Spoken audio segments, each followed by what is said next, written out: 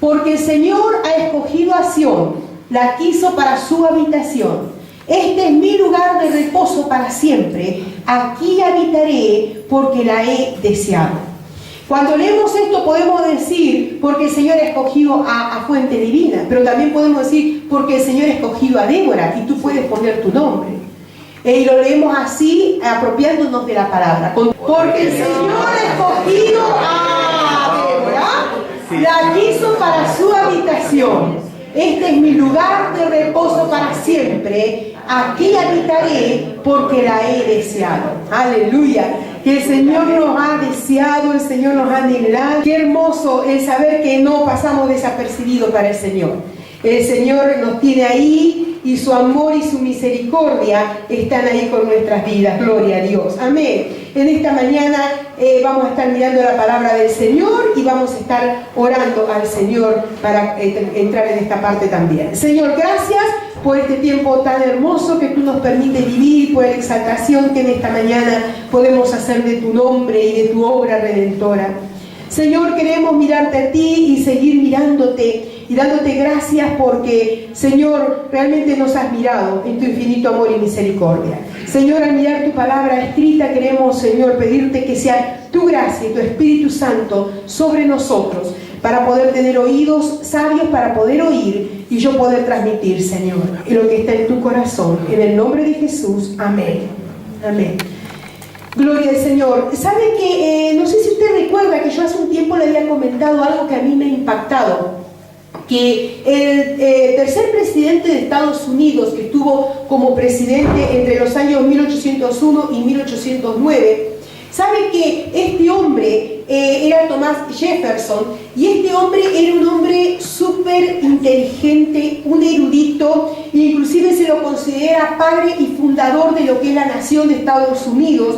Era, mire, filósofo político, horticultor, líder político, arquitecto, arqueólogo, paleontólogo, músico, inventor y fundador de la Universidad de Virginia. El hombre tenía lo suyo.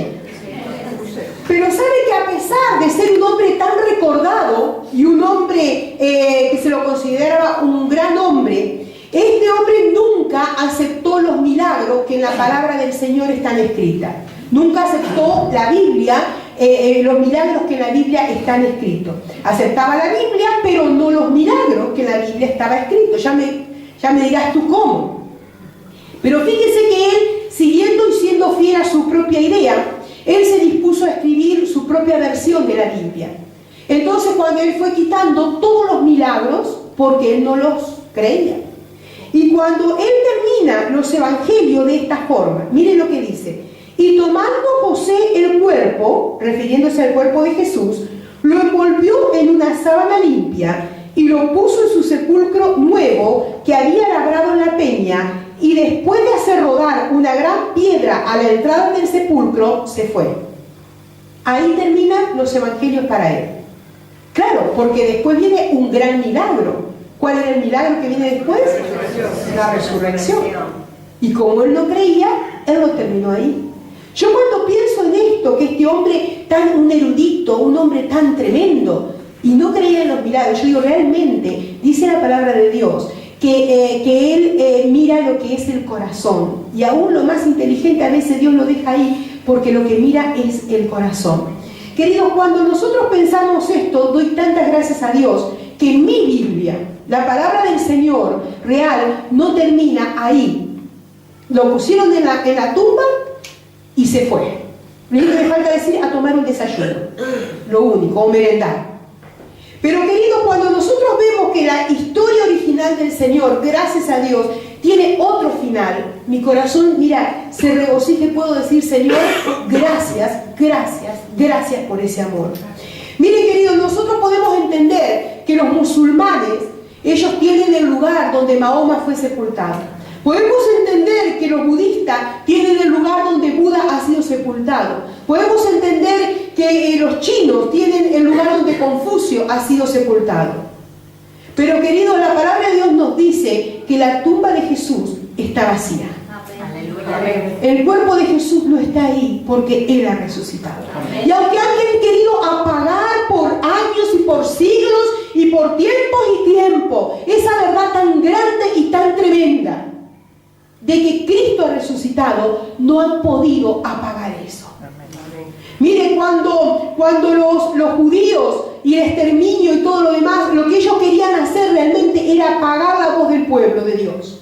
Y no habían podido. Lo que sabía este hombre, lo que había detrás de cada judío. A través de cuando se hacían las quemas de los cristianos, ¿qué es lo que buscaban? Apagar la voz realmente de los cristianos. Pero eso es más fuerte lo que el Señor ha puesto como algo, ha imprimido ahí en los corazones de los cristianos, que Él es una verdadera, una realidad. Él ha muerto, pero ha resucitado. Y esa es una realidad para nuestras vidas. Queridos, el Señor Jesucristo nos dejó enseñanza y nosotros caminamos en pos de las enseñanzas que Él nos ha dejado. Pero cada una de las enseñanzas son una realidad a nuestras vidas. Mire, nosotros tenemos que entender que la importancia de la resurrección es la base de la fe cristiana. Mire, dice de hecho, Pedro dijo en un momento determinado: a este Jesús resucitó Dios, de lo cual todos nosotros somos testigos, en un discurso en un momento determinado. Y en Hechos 10 también, frente a Cornelio, le dice: y nosotros somos testigos de todas las cosas que Jesús hizo en la tierra de Judea y de Jerusalén, a quien mataron colgándole en un madero. A este levantó Dios al tercer día e hizo que se manifestase, no a todo el pueblo, sino a los testigos que Dios había ordenado de antemano, a nosotros que comimos y bebimos con Él después que resucitó de los muertos.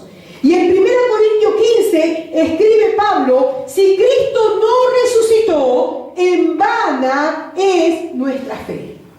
Cuando está diciendo en vana, está diciendo inútil es nuestra fe si Cristo no hubiese resucitado.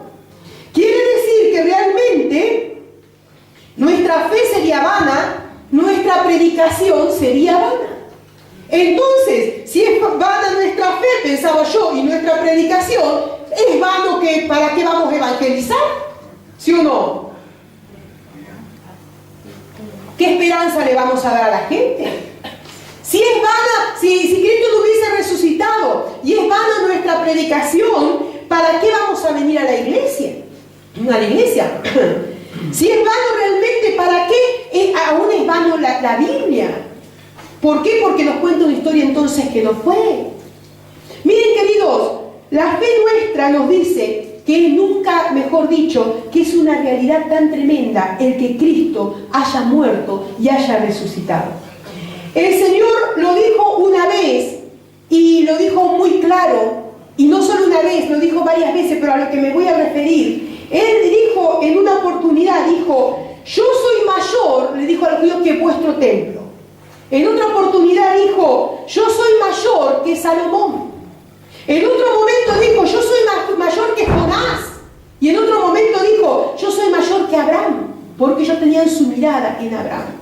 Y él dijo: yo soy mayor que todos ellos. El que está hoy entre ustedes es mayor que todos ellos.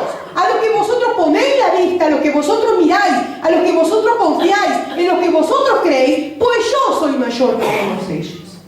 Y hoy eso mismo es una realidad, queridos.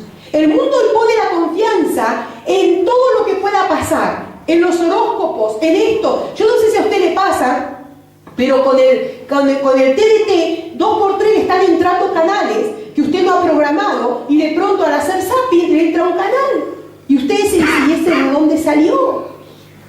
Y ese canal está de pronto con una mujer que le dice: yo te adivino la suerte, llámame, que esto y que aquello, y te vas a hacer millonario. Y la gente llama. Porque si están los canales, es porque la gente lo usa. Porque si no, no tendrían auge. ¿Y sabe que a la gente le es más fácil poner la confianza en eso que poner la confianza en un Dios vivo? Y la gente cree más en eso, en esas trapalladas, que realmente en lo que tiene que creer. Hermanos, en realidad Jesús dijo: todos ellos, como Jonás, como Salomón y todos los demás, yo soy mayor que ellos, porque yo soy la luz del mundo, yo soy la esperanza del mundo, yo soy la puerta, yo soy la resurrección y la vida, yo soy el camino, la verdad y la vida, yo soy. Y el gran yo soy se nos ha aparecido un día a nosotros en el camino. ¡Aleluya! ¡Gloria a Dios que no nos ha dejado ahí tirados de camino! El Señor se apareció. Y lo más hermoso, mira, a mí me conmueve, en este tiempo me ha estado ministrando tanto, que yo no me acerqué a Él, Él se acercó a mí. Amén. El amor tan grande del Señor, que ¿sabes qué pasa? Que Él me buscó y me atrajo hacia Él. Mira, hermanos, quiero que me acompañe a leer en la palabra del Señor, en Mateo 25. Vamos a estar leyendo unos cuantos versículos hoy. Amén.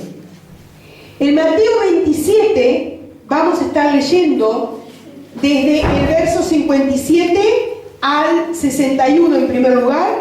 Dice así la palabra del Señor. Cuando llegó la noche, vino un hombre rico de Arimatea, llamado José, que también había sido discípulo de Jesús.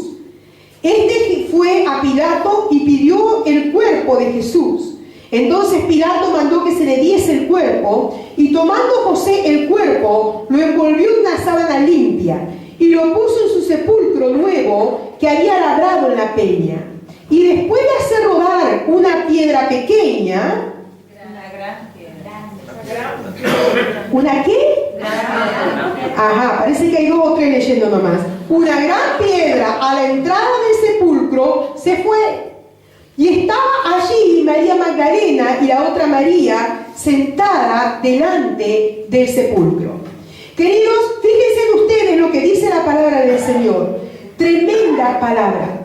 Cuando de pronto dice, mire, haciendo la comparación en los evangelios, para hacer una comparación de lo que es el mensaje, dice, entonces tomaron el cuerpo de Jesús, dice la Biblia de las Américas, y lo envolvieron en tela de lino con las especies aromáticas, como es costumbre sepultar entre los judíos. Fíjense ustedes, esto es lo que dice en San Juan, y da mayor explicación de qué hicieron con el cuerpo. Lo envolvieron, dice, en tela de lino con las especies. Y viendo un poquito más la costumbre de los judíos tenían la costumbre de envolver los cuerpos de los muertos en lienzo. Y sabe que no era solamente que le hubiesen hecho un vendaje así, o de una mano, o de una parte. Ellos más o menos usaban aproximadamente metros y metros y metros de lienzo, pero dice que usaban los 32 kilos más o menos con 700 gramos de cantidad de especies para untar todo lo que era el cuerpo del muerto. Lo untaban, después que lo envolvían, lo untaban con todo eso, y sabe que era una sustancia pegajosa. Y así dejaban ellos al muerto ahí. Era colocado después en donde iba a estar. Cuando nosotros vemos esto mismo habrán hecho con Jesús. Y fíjense lo que dice en el 60, y pusieron delante una gran piedra. ¿Saben que esta piedra no era pequeña y no pesaba menos de 1500 kilos, hermanos? Porque era una costumbre en este caso. Fue una piedra que fue rodada. Y dice que antiguamente estas piedras tan grandes, para firmarla y para que no hubiese en ningún momento posibilidades de que se moviese, la acuñaban, le ponían debajo otras piedras más pequeñas para que estuviesen más firmes. O sea, piense usted en lo que estaba cuidando la puerta de Jesús, donde estaba Jesús, el cuerpo de Jesús. Y pusieron delante, que después ya lo vamos a estar viendo ahora en el 62, dice, al día siguiente, que es después de la preparación, se reunieron los principales sacerdotes y los fariseos ante Pilato, diciendo, Señor, nos acordamos, mire usted, el enemigo se acordaba más de la palabra que Jesús había dicho que los propios del pueblo del Señor. Dice, nos acordamos de aquel engañador que dijo, viviendo aún, después de 3 días resucitaré. Manda pues que se asegure el sepulcro hasta el 3er día, no sea que vengan sus discípulos de noche y lo hurten y digan al pueblo, resucitó de entre los muertos, y será el postrer error peor que el primero. Y Pilato le dijo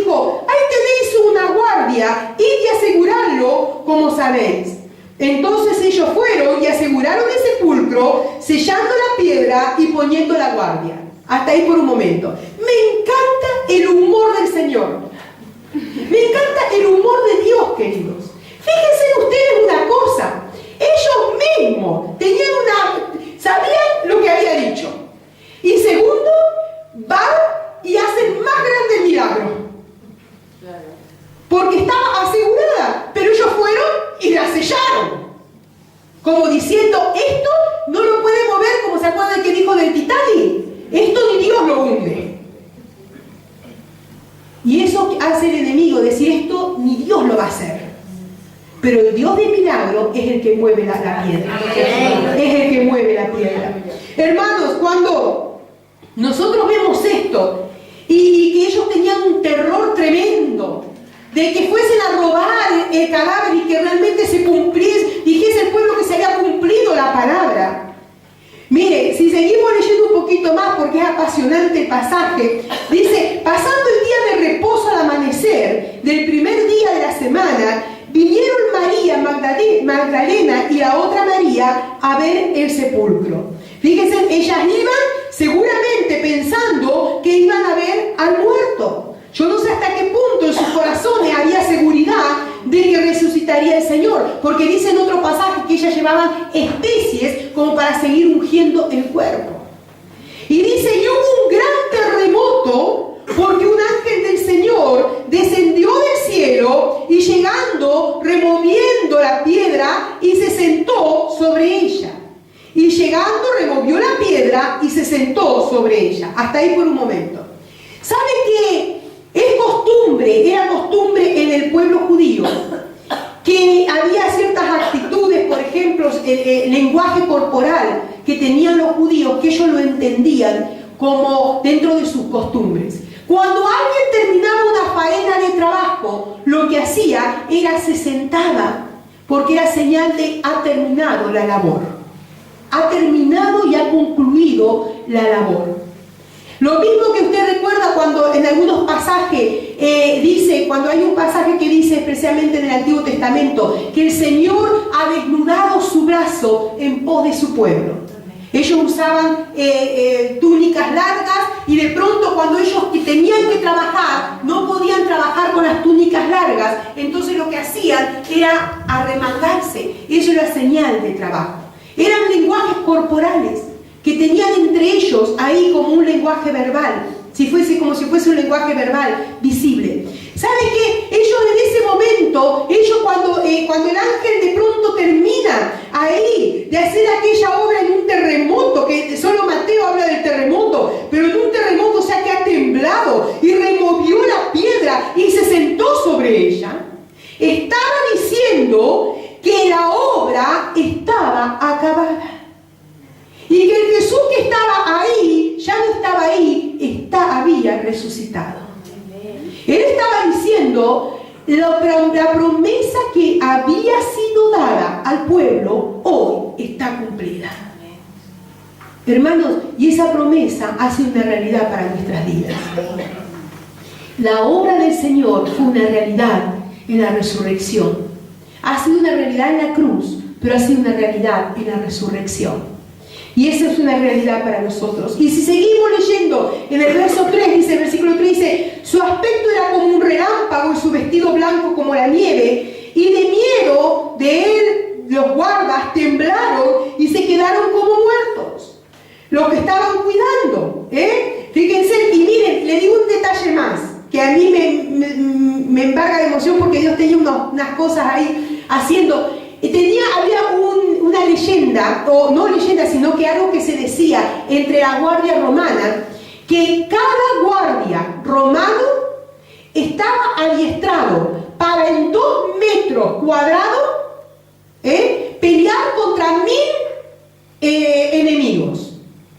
O sea, lo adiestraban de tal forma que en 2 metros cuadrados ellos en ese espacio se movían peleando contra quien fuese. Sin embargo, cuando sucede esto, ¿qué pasa? Caen como muertos.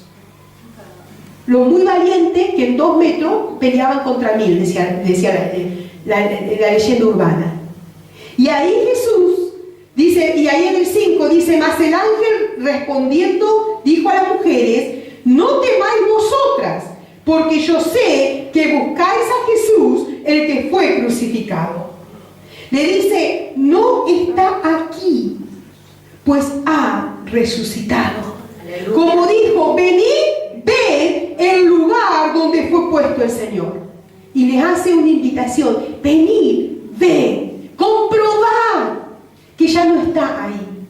Comprobad que es realidad las promesas del Señor. Comprobad que el Señor Jesús ha resucitado y que vive. Y lo que habéis pensado que tal vez cómo sería, de qué forma sería, se cumpliría, no se cumpliría, es una realidad. Ha resucitado. Queridos, cada una de las promesas que Dios hace son fieles y seguras para nosotros. Las promesas que hacemos nosotros, hoy estamos y mañana no estamos. Hoy cumplimos y mañana no cumplimos. Pero hay alguien que promete, y el que promete no, siempre cumple. No miente.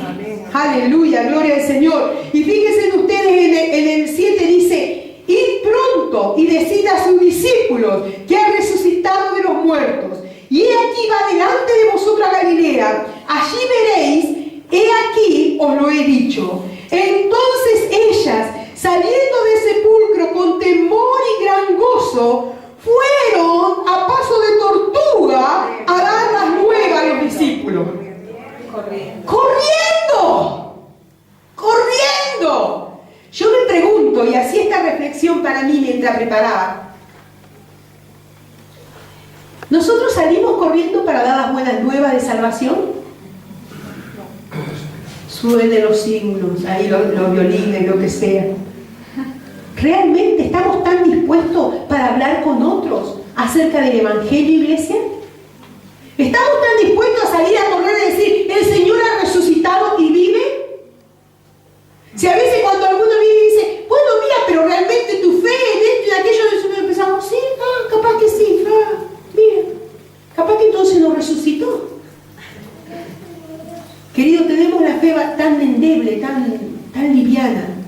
Pero querido, las mujeres cuando entendieron, vieron y entendieron, no podían quedarse tranquilas y salieron corriendo a decirle a los discípulos. Y mira, y dice,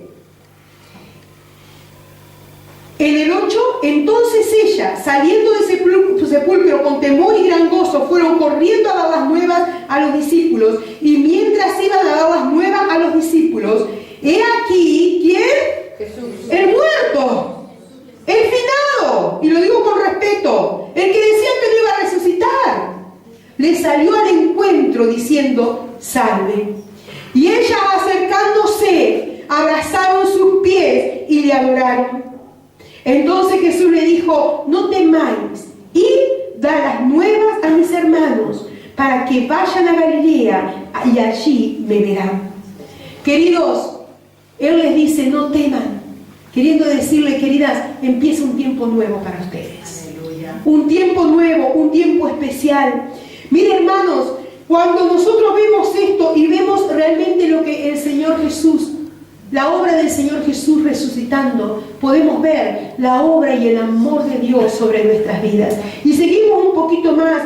Dice, en el 11, mientras ellas iban, he aquí uno de los guardias, fueron a la ciudad y dieron aviso a los principales sacerdotes de todas las cosas que habían acontecido. Y reunidos con los ancianos y habido consejo, dieron mucho dinero a los soldados, diciendo, decid vosotros, la única forma que pudieron callarlos, decid vosotros, sus discípulos vinieron de noche y lo hurtaron, estando nosotros dormidos. Y si esto lo oyere gobernador, nosotros le persuadiremos y os pondremos a salvo. Mire la estrategia del enemigo para tapar la boca. Y ellos, tomando el dinero, hicieron como se les había instruido. Este dicho se ha divulgado entre los judíos hasta el día de hoy. ¿Sabe qué? Había varias teorías, inclusive hoy dice que siguen circulando varias teorías en cuanto a la resurrección de Jesús por Israel. Una de ellas era que justamente pensaban y decían que los discípulos lo habían robado. Ahora tú imagínate una cosa. ¿Tú piensas que los discípulos, que estaban con un miedo tremendo, que ni a la cruz lo acompañaron al Señor solo Juan y las mujeres, se iban a atrever a enfrentarse a lo que era la guardia romana? ¿Y se iban a atrever a mover la piedra de 1500 kilos? Yo no sé hasta qué punto. Los discípulos, que cuando van las mujeres, dicen una de las versiones, ellos estaban en un lugar, juntos, estaban prácticamente ahí como escondidos, temerosos, ¿y ahora qué? Inclusive dice que algunos ya habían vuelto a sus faenas. ¿Tú piensas que ellos iban a entrar a robarlo? Mire, cuando otra de las cosas que circulaban por ahí es que las autoridades judías y romanas habían movido la piedra y habían entrado y lo habían robado. Justamente los judíos y los romanos, que eran los menos interesados en demostrar que la profecía podía cumplirse. Imposible. Otra de las cosas que circulaba y dice que aún en algunos lugares más ortodoxos circulan es la teoría de que a Jesús le había dado un síncope cardíaco y que se había desmayado en lugar de morir. Y que estaba en la cruz. Fíjese, un desmayo de 3 a 6 de 6 horas de la tarde. O sea, un desmayo de 3 horas. Y en la posición de la cruz, que con un desmayo, dicen los profesionales, que inmediatamente hubiese dejado de respirar. Queridos, y realmente, usted imagínese, meten un desmayado, que no solo estaba desmayado, sino que estaba atravesado con una lanza y sus órganos expuestos. Lo meten en una tumba y él no sé cómo hace, pero está 3 días sin comer, sin beber, herido por todos lados, magullado, que dice que no tenía ni un centímetro sin que estuviese golpeado, y mueve la piedra de 1500 kilos. Era más milagro todavía.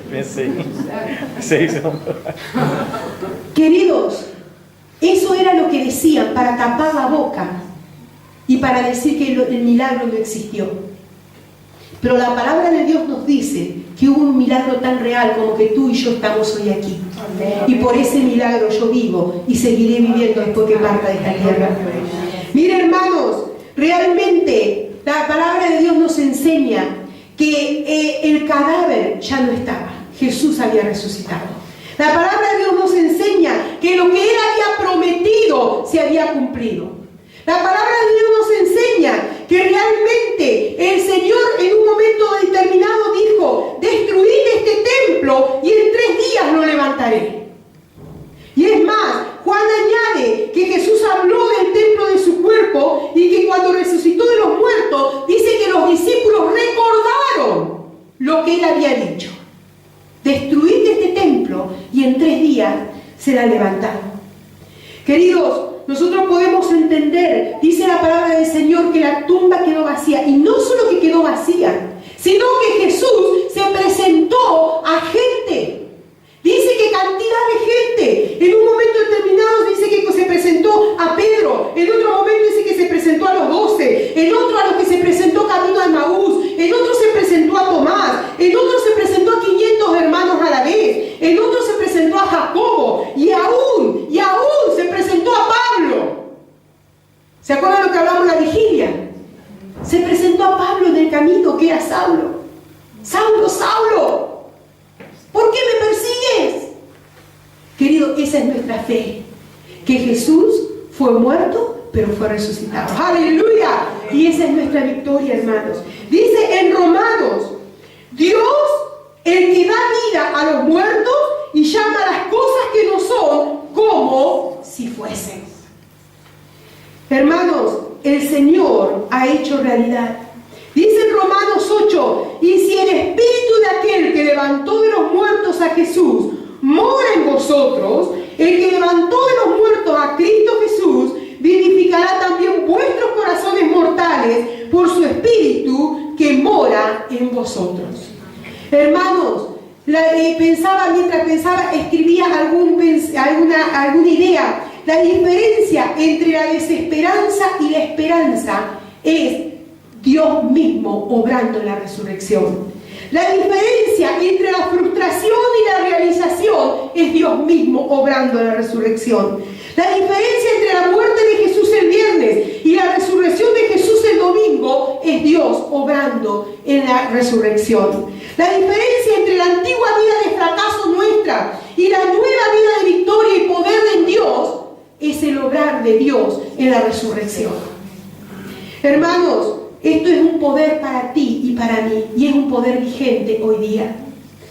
Cuando leemos en Pedro que dice: bendito el Dios y Padre de nuestro Señor Jesucristo, que según su grande misericordia nos hizo renacer para una esperanza viva por la resurrección de Jesucristo de los muertos. Hermanos, si hemos nacido a una nueva vida, ¿sabes qué? Tenemos nueva esperanza. Amén. Y me llena de alegría el saber que la esperanza mayor que podemos tener, el perdón de pecado, nuestra redención, pero el saber que mi cuerpo no quedará para siempre en la tumba, sino que resucitaré y será glorificado y un día estaré con el Señor para siempre. Hermanos, esta es mi victoria y esta es tu victoria. Cristo ha muerto, pero ha resucitado. Cristo ha hecho realidad lo que Él había dicho. Él no era un cuentista ni un mentiroso que andaba vendiendo por ahí un verso y una historia. Él ha sido y es una realidad. Y esa realidad hoy vive con nosotros. Y si Él vive, nosotros también vivimos. Aleluya. Cuando dice: ¿por qué buscáis entre los muertos al que vive? ¿Por qué buscáis? Que los hermanos estén pasando. ¿Por qué buscáis entre los muertos al que vive? ¿Por qué buscáis si Él vive y reina? ¡Aleluya! Él vive y reina, y esa es mi realidad. Esa es tu realidad. Por eso podemos venir a Él con libertad y podemos acudir sabiendo que realmente Él es una realidad. Podemos acudir a Él sabiendo que Él es una realidad. Es una realidad a tu vida, es una realidad a mi vida. Por eso, queridos, ¿por qué seguir dando vueltas en tantas cosas que no nos benefician cuando tenemos la realidad de Cristo Jesús en nuestra vida para echarle mano? Y para decirle: Señor, ante tanto amor, ¿cómo responderé yo? Hablábamos para los que no estuvieron en la vigilia. Yo no respondo al amor de Dios por obligación. Yo respondo por amor. Yo no respondo porque Él me diga: si no haces esto, no, yo respondo porque Él me amó primero. Y yo me acerco a Él porque le amo, por lo que Él ha hecho. Y no solo por lo que ha hecho, por lo que Él es, hermanos. Él es la resurrección y la vida. ¡Aleluya! Yo no sé si tal vez todos los que están aquí llevan tiempo caminando con el Señor. Pero tal vez tú en un momento determinado te has apartado del Señor. Y en esta mañana estás a tiempo para reconciliarte con el Rey de Reyes. En esta mañana estás a tiempo para reconciliarte no con un cuentista, con el que vive y vive para siempre. En esta mañana podemos acercarnos. Y nosotros, queridos, que realmente hemos entendido lo que es el milagro de la resurrección, podemos decir: Señor, que esto se haga una realidad cada día, a cada instante, a cada momento. La resurrección de Cristo en nuestras vidas sea una realidad. ¿Cómo no amarle? ¿Cómo no caminar como Él quiere que lo hagamos si Él es una realidad de nuestras vidas? Yo te invito a cerrar tus ojos y mientras los hermanos nos van ministrando esta canción,